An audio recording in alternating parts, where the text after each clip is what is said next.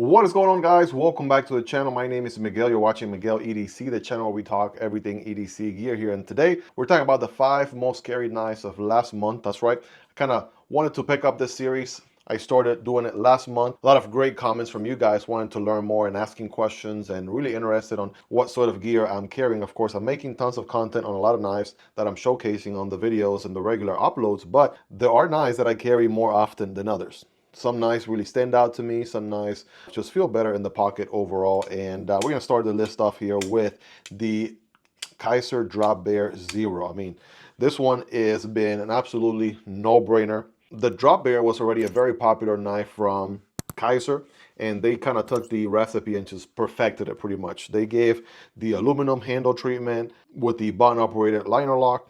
Then they did a hollow ground here on the blade with a beautiful satin finish. There were many variants available. I got a chance to check out the black and purple combo here, which is pretty neat. Really great ergonomics since the handles are nice and contour all the way around. And you probably notice how minimalistic it is on the billboarding department, and that is because all the billboarding is basically in here. Check this out. They put it on the inside of the back spacer. Of course, we got ASO, the designer of the Drop Bear. We got the Drop Bear Zero, that's the name, LMAX steel on the blade, and the Kizer branding right there. So all nicely tucked away. I mean, if companies went to this trend in the future, I wouldn't be mad. If companies really started doing this in the future, I mean, I'll be a happy camper. What Kizer did here is exactly what every EDC enthusiast really would love, right? Kind of having a very cool knife that if you know, you know. To the untrained eye, it's going to look like whatever, you know, an average folding knife. But the people who really know, they're gonna know, right? If they know, they know. If you know, you know. You know what I'm saying? Hopefully that makes sense. They also knocked out the pocket clip here. Very great design, very easy to reverse without having to complicate or cut out or do filler taps on the show side. Just one screw, you can turn it 180 and bam, now you have a reversible pocket clip. I mean, the whole thing is really, really comfortable on hand. The action is really, really nice, right? Thumb stud deployment, reverse flick all day. You got a decent cutting path, and the hollow grind is sweet, right? Very, very sweet, very thin behind the edge, and really, really sharp. Multiple jimping zones for your standard grip. Or if you want to do a little index finger, a little grip like this, you got a tiny little bit of jimping towards the front as well. That feels nice. So overall, a very, very awesome knife. It checks a lot of boxes for me. It's nice and light to carry. We do have steel liners that are recessed and milled out for weight reduction, in case you were wondering. It has a very strong locking system, very easy to open and close. And just the overall carry experience with the Drop Bear Zero has been outstanding. These sold out from the Kizer's website right away, pretty much after the drop last month. And then they came in stock in a few other dealers and things like that. So these should be available right now if you want to pick one up. I'll have links to all these knives down below so you guys can check them all out and pick one up for yourself if you're interested. It does help out the channel when you use those links, but that's all entirely up to you. And at absolutely zero extra cost, of course, highly appreciated. But moving on to the next knife, guys, and bam, right? I got this beast right here. This was my no-brainer go-to knife for the last month or so when it came to doing anything hardcore. This is the kind of knife I knew is in the budget category. This one's very affordable. If I needed to do anything heavy duty or whatever, I knew this knife would deliver. And what are we talking about here? This is the new TacKnives Magnificent Beast. And yes, I have to say it like that because that just feels right. The Magnificent Beast. And what are you getting here? I mean, you're getting a wonderful sort of drop point, sheep's foot, Warncliffe blend of a blade, 14C, 20th in steel. It is a budget knife. It is very affordable, around the $60-ish range or so. Very, very slicey to say the least. It has a nice contour, sort of rock pattern looking G10. So gone are the days where companies are doing boring old G10 anymore. A lot of companies are innovating and doing some very interesting designs, right? TacKnives is one of them, and I absolutely love it. It provides some good grip while also giving you a very interesting design. For this price range, you are getting a titanium pocket clip. So that's another W right there.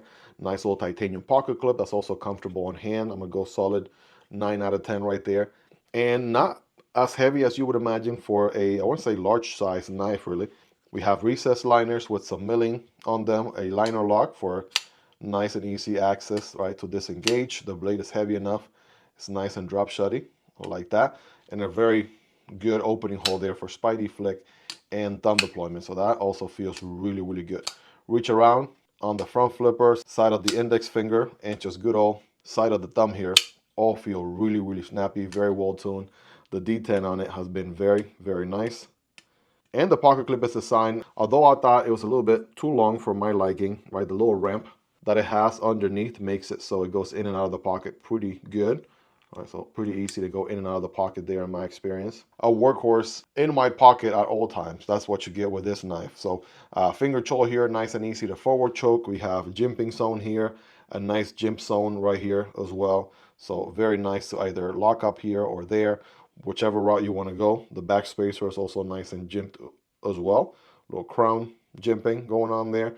Lanyard solution back here for my lanyard people. So very sweet budget knife through and through. The Magnificent Beast from TacKnives. Now I went on a hunt to check out a lot of YouTuber knives last month. That's a video I have coming up here very soon. But this is the Divo Saloon, and it's still available, I want to say, in a dealer or two. I have links down below so you guys can check it out. But this is a Kubi OEM, right, from WEKnife, which I'm sure by now you guys know and love. I didn't expect it to be a small knife, but it is a small knife. I want to say Savivi Elementum Kershaw Leak size, 7 inches. You have an opening hole here for thumb deployment and reverse flick, so it made it super, super fidgety. Also a good D10 tune on it, as you would expect. You have a hollow ground with almost bell satin finish look to it. S90V on the steel, and a good access to the liner right there. Titanium handles with carbon fiber inlays. I love these sort of subtle purple little accents with this one, right, which look really good. In a way, it went pretty good with the Drop Bear Zero, right, with the little purple accents on the Drop Bear as well. So I kind of carried these two a lot together last month. Action on the Saloon is very, very nice.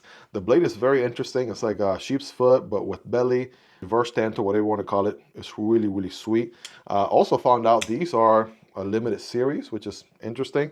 Got a little, 56 out of 100 here on the inside of the backspacer, which is nice. Good milling on the inside for weight reduction. Good ramp to the pocket clip when it went in and out of the pocket very nicely. And guess what? The lefty way, right? The pocket clip is fully reversible as well. I want to say it also comes with a wire clip if you wanted to go that route instead. You have the option, right? The ball is in your court, or you can do, right, that if you want to. But I mean, very nice 4-finger grip knife, good for my average size hands. And you have good jimping here. I was joking saying it was from Florida to California sort of jimping here, because yeah, you got a lot of jimping there for days. So you go here, here, there, anywhere. You're good to go. You're locked and loaded, ready to get some work done. Yeah, the Saloon is one that I really enjoyed last month. This next one is kind of the same ballpark, right? Very similar. The Waterspout Tornado from Tempest Knives. This one's also a smaller form factor, EDC, but done the KC way. You have amazing ergos on this one. Feels great on hand. Also a Kubi OEM. Got a beautiful milling on the bee-blasted finish with the blue accents. Love the design on the captive pivot there. Blue anodized, right, little pops of color, including the titanium pocket clip, which, guess what, is reversible on the other side for lefties. That's the way to go. It's also a liner lock on this one, so no need to worry about putting pressure on the lock bar, which is something I'm very guilty of doing, and I just remind myself every time. But you got a nice little back flipper here, which is really good for deployment. You have an opening hole and fuller sort of combo. Either one works really good. You can thumb deploy, spidey flick all day. 154 cm on this one with a beautiful satin finish, flat grind, clip point blade. Nice and great for EDC. Not too long of a knife, not too short. Got a nice little finger choil. Lets you get more control of the blade there without any issues. Just feels nice on hand. It's a beautiful design from KC. It's a good way to support a good friend and fellow content creator as well. I believe these are still available if you want to pick them up. I'm not affiliated with Tempest Knives, but it will help another content creator here in the platform. So I think it's a pretty good pickup. I've really been enjoying this one a ton. And yeah, this one's going to be part of my collection here. I want to say probably forever, because I just like this one a lot. I don't see myself getting rid of it anytime soon, that's for sure. Now we got one more knife left to go. What could it possibly be? You've seen kind of how it's been kind of going up in range as far as all premium knives and things like that. But the #1 knife I carried the most last month is, bam, the WEKnife Inmate. That's right, Jared Nie's design from Nie Knives. I even told Jared, I wrote him and I was like, listen, I love this knife, but I'm going to be honest with you. At first, I didn't know if I was going to like it or not. And I took a gamble on it. I believe it was one of the only Jared designs available at the time. By the way, shout out to the folks at Blade HQ. Lori hooked it up and sent this one in to the channel for me to check out and share with you guys. So shout out to Blade HQ. Really appreciative of them to hook me up with a review sample here. But at first, it kind of gave me Spyderco vibes, right, with the way the hole works and, you know, this a little bit of a hump here.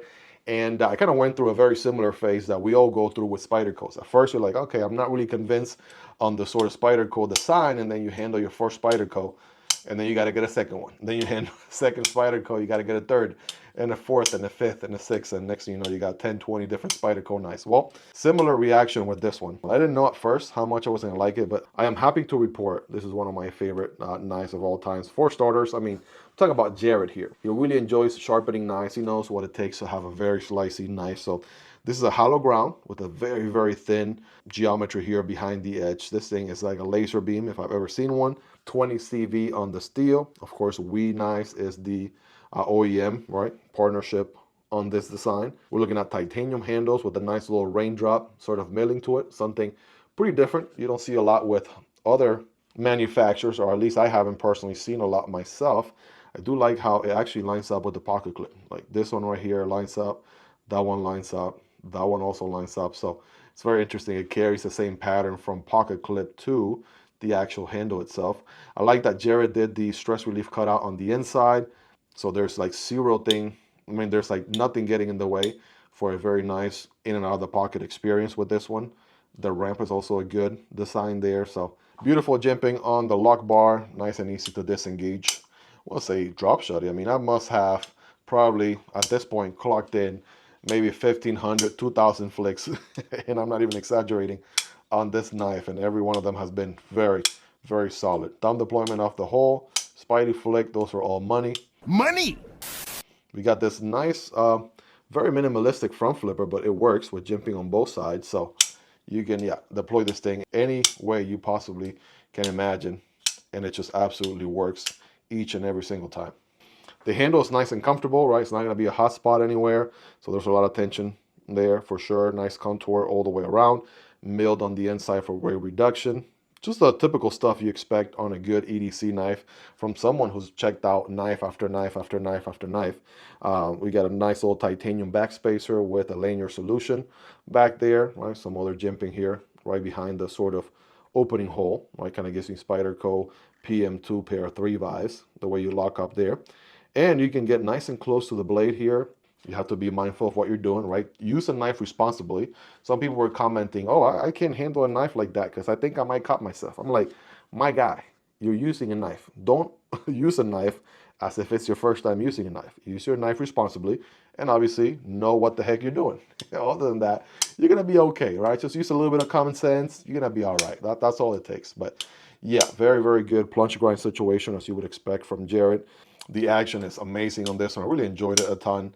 And it is a large knife. I mean, again, with the baby hands here, average size hands, check this out. We got that much space. If I forward choke, look at that. You got this much space. So if you're looking for a larger knife, Miguel, where the larger knives at, man? Where the larger knives at? Well, that Magnificent Beast I show you and this WEKnife Inmate here are going to be some solid choices. And they saw a ton of pocket time last month. That's all I can tell you.